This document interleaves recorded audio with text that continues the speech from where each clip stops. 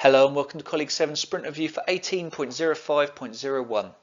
This will cover the work undertaken between the 1st of May to the 14th of May. Starting with the sprint goal, and for this sprint our primary goal has been to complete the back office project with the inclusion of payment and invoice details held against the placement record. Looking at the high level items and to explain further, in this sprint we've been able to finish adding the necessary fields so that you can now hold all invoice and payment related data against a placement. This will enable the required integration work so that in instances of users looking for back office functionality, front office users will be able to use Colleague 7, whereas back office users will be able to use Colleague version 6 with the backend v6 database now being hosted in Azure. Having the back office data held against a placement now also allows for other integrations with third parties, which will be considered in due course. We've updated the send CV workflow so that users are given the opportunity to automatically include default documents when sending CVs and arranging interviews. Sadly, we ran out of time in relation to the quick search excluding leavers. This will be moved into the next sprint. We've updated the organisation chart to ensure leavers, deleted contacts and archive contacts either do not appear or have options to be included or excluded. We've resolved an issue in relation to the default value of the country lookup field when creating records. For example, the country field when creating a candidate would default to the first country in the lookup list, such as Albania, if the default wasn't assigned. This has now been resolved. A bug relating to the email signatures not always saving correctly when they're being administered within the admin area has also been resolved. And also an issue which prevented skill grading from appearing has been resolved as well as an additional to the sprint.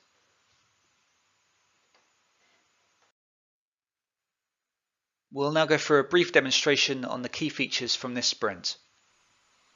Okay, so the first point to cover relates to the main key point to this sprint, which was the completion of the back office related work in such that we have now a back office tab against the placement record.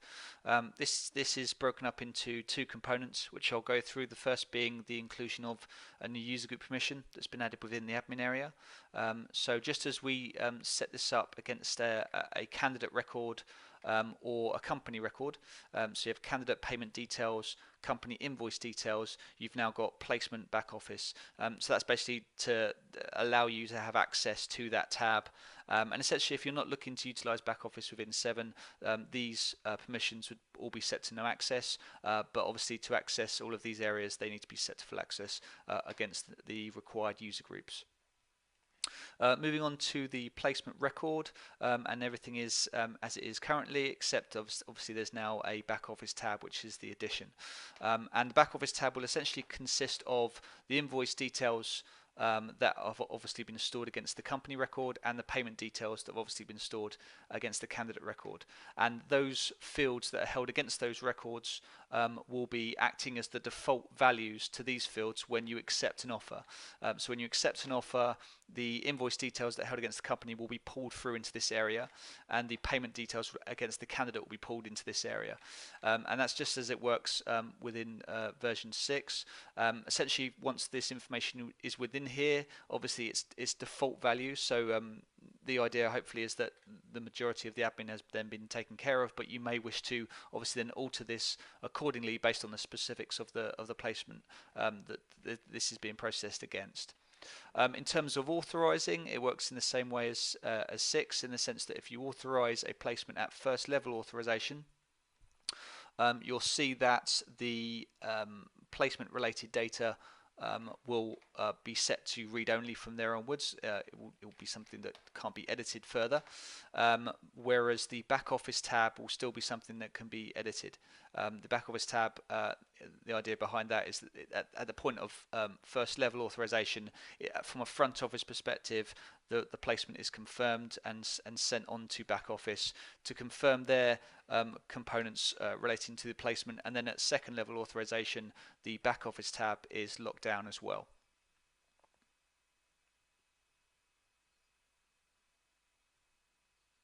And then we can see there, with it being second level authorized, it's now locked down the back office tab. You can set whichever mandatory fields that you wish within the back office tab as well, or within the placement record as a whole, really.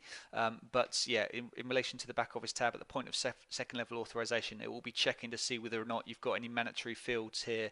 Um, and if obviously there are any missing data relating to mandatory fields, it will prevent you from authorizing that placement. So it's a little bit different in terms of 6, in that in 6 it was hard coded to be some specific fields, whereas within 7 you can set yourself which mandatory fields are put in place against the placement, which is a specific difference there. But other than that, that's essentially the crux of the work. From here now we have a further integration piece which will be delivered relating to integrating version 6 with colleague 7.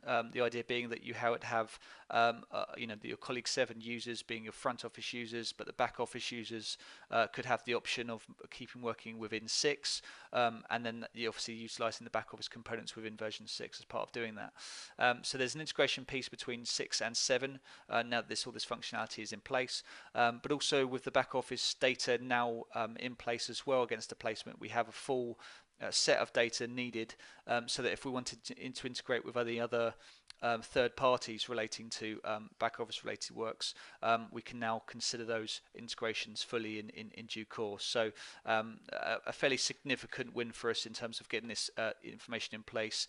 Obviously that's dependent on whether or not you utilize back office within 7, but a key component for us to deal with in a milestone for the product. So but that's the key update from this sprint. Okay, so the next point to cover relates to the sending of a CV and it automatically attaching the default document when you do that.